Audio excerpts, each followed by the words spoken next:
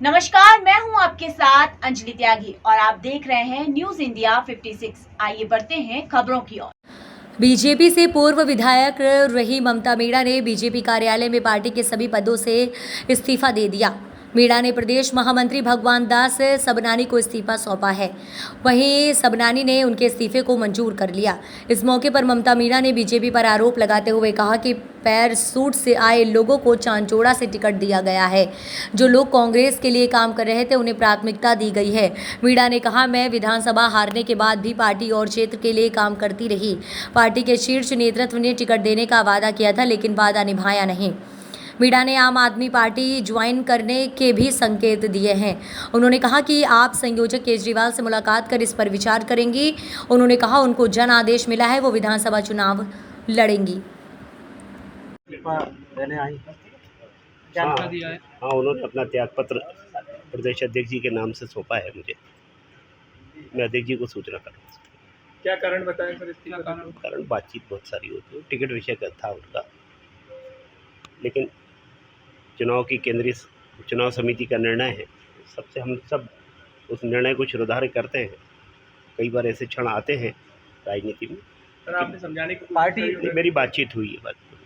तो पार्टी की घोषित प्रत्याशी उनके खिलाफ बगावती तेवर भी, ऐसे में बीजेपी क्या कार्रवाई भी करे? भारतीय जनता पार्टी एक अपनी पद्धति पर काम करने वाली पार्टी है और निश्चित रूप से सैकड़ों हजारों कार्यकर्ता हैं जो चुनाव लड़ते हैं। व्यक्ति नहीं लड़ता, व्यक्ति तो निमित्त होता है, बाकी सब कार्यकर्ता उसके साथ खड़े होते हैं और इसलिए भारतीय जनता पार्टी के कार्यकर्ता लड़ेंगे चुनाव। ये लगातार बगावती तेवर थे, उसके बाद भी पार्टी ने अनुशासनहीनता की कोई कार्रवाई नहीं की इतने दिनों से।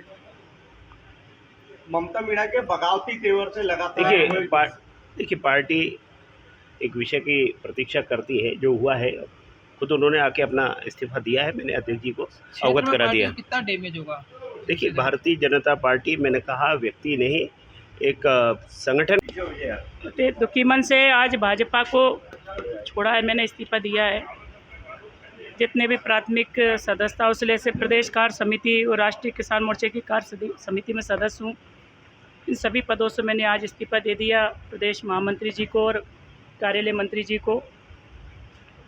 आपको सबको पता है पूरा अभी 1 महीने का जो ये चल रहा मध्य प्रदेश के अंदर 39 सीटों को लेकर हमारे यहाँ चाचौड़ा से पैराशूट से प्रत्याशी उतार दिया गया और 5 महीना पहले आई जो कांग्रेस का पूरा बैकग्राउंड है, पूरा परिवार कांग्रेस का है और हवाई जहाज से आके यहाँ भाजपा से सदस्यता ले गई।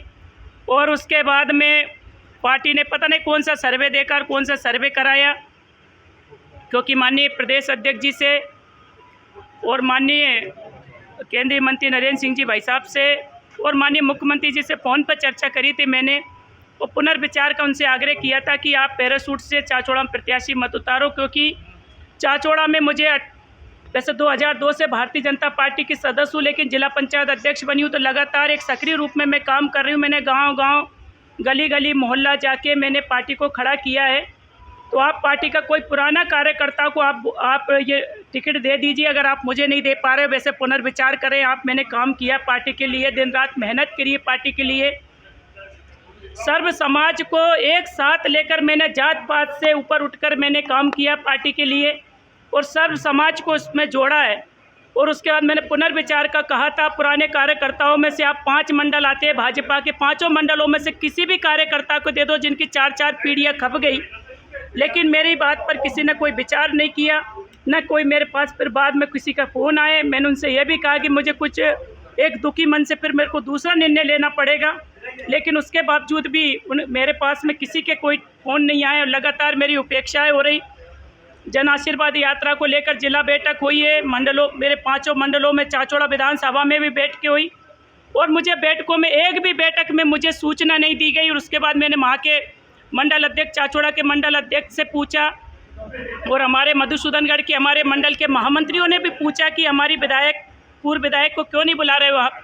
तो जो हमारे विधानसभा संयोजक है उनके द्वारा कहा गया कि भारतीय जनता पार्टी के जिला अध्यक्ष ने मना किया है कि आपको जन आशीर्वाद यात्रा में नहीं बुलाया जाए।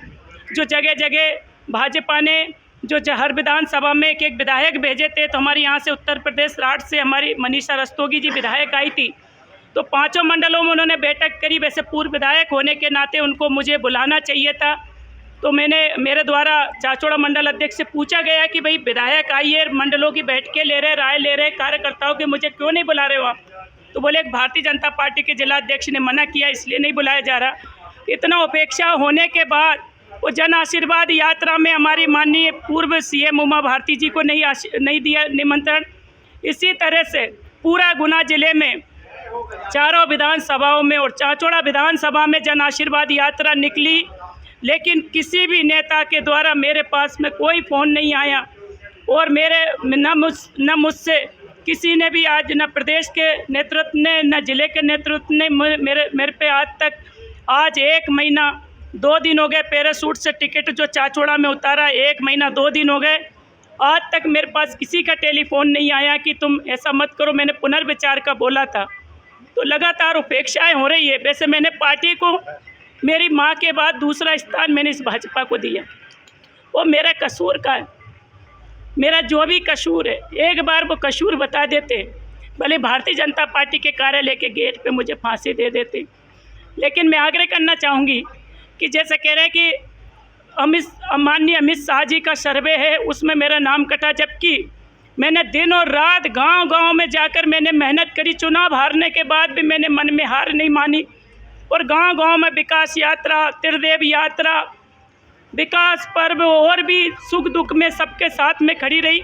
तो मेरे सर्वे कहाँ से खराब आया? मतलब आपने देखा होगा 19 तारीख को मेरा जन्मदिन मनाया कार्यकर्ताओं ने, 25,000 कार्यकर्ता जितने गार्डन में थे उससे दुगने बाहर थे, तो कहाँ सर्वे खराब है? कल मैंने खामखेड़ा दरबार से जन आदेश यात्रा निकाली, क्योंकि जन्मदिन में हमारे कार्यकर्ताओं ने कह दिया था कि आप बिल्कुल चुनाव लड़े, हम आपके साथ हैं। तो खामखेड़ा दरबार राजस्थान में आता, जन आदेश यात्रा निकालिए और पूरे विधानसभा में घूमते हुए मधुसूदनगढ़, उकावट ढोका मंदिर पे उस यात्रा का विश्राम हुआ है। वो यात्रा अब उप यात्राओं के रूप में प्रत्येक मतदान केंद्र पर, प्रत्येक गांव में, गली मोहल्ला चौपाल, हर जगह ये यात्रा जाने वाली है। और ये यात्रा चाचौड़ा विधानसभा में ही नहीं, अब मेरी उपेक्षा इतनी ज़्यादा हो चुकी कि मेरे पीठ पे इतने छुरे घोंप दिए कि उन छुरों को मैं देख नहीं पा रही, कितने घाव है, इतने घाव है। लेकिन शेर नहीं रहेगी, क्योंकि आज मैंने भगवा झंडा चाचौड़ा विधानसभा में एक भगवा घर बनाया था। उसी घर में से कुछ आए 4-5 महीना पहले आए लोग और कुछ और हमारे नेतृत्व को, मुझे उस घर में रहने की जगह नहीं। आज मैंने पार्टी का झंडा गाड़ा, वहाँ घर बनाया, पार्टी के कार्यकर्ताओं को एक संबल के साथ खड़ा किया और उसके बाद मुझे उस घर में से, भारतीय जनता पार्टी के उस परिवार में से, उस घर में से मुझे निकाल दिया गया। मुझे जन आशीर्वाद यात्रा में मुझे निमंत्रण नहीं दिया जा रहा, मुझे निकाला जा रहा है। आरोप लग रहा है कि 5 करोड़ में टिकट बिका है, ये बात सही है? देखिए, वो तो मैं तो बिल्कुल, अब आप ये खुद समझ सकते हैं, जैसे मैच फिक्सिंग होता है ऐसे ही टिकट फिक्सिंग हुआ है, ये आप खुद समझ सकते हो। क्योंकि दिग्विजय सिंह का छोटा भाई लक्ष्मण सिंह मेरे खिलाफ में 2018 में भी लड़े थे और अभी भी वो गांव-गांव में घूम रहे थे, इसके माने वो लड़ने वाले हैं।